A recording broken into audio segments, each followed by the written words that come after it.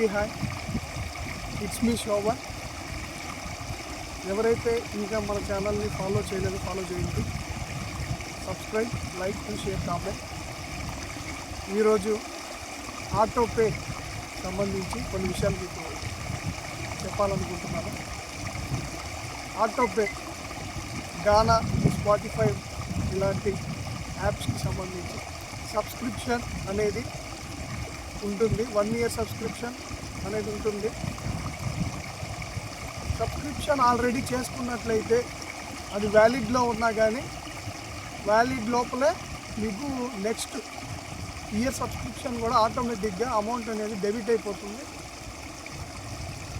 అలాంటి ఆప్షన్ని మీరు డిలీట్ చేయాలనుకుంటే PhonePe, Google pay, WhatsApp pay ఇటువంటి యూపీఐ యాప్స్ ద్వారా ఆటోపేని డిలీట్ చేయొచ్చు.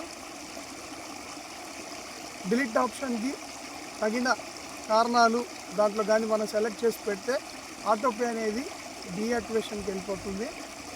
తదుపరి రీఛార్జ్కి మీ అమౌంట్ డెబిట్ కాకుండా ఉంటుంది. మరికొన్ని అప్డేట్స్ కోసం ఫాలో చేయండి it's me Shobhan channel. Thank you.